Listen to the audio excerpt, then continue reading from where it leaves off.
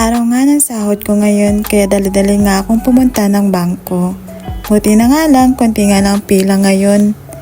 Ito nga yung pinakamasayang araw naming mga OFW, araw at petsa ng sahod. Hindi man kalakihan, pero masasabi kong worth it. Sobrang saya ko nga sa mga oras na ito dahil makakapagpadala na naman ako sa Pilipinas.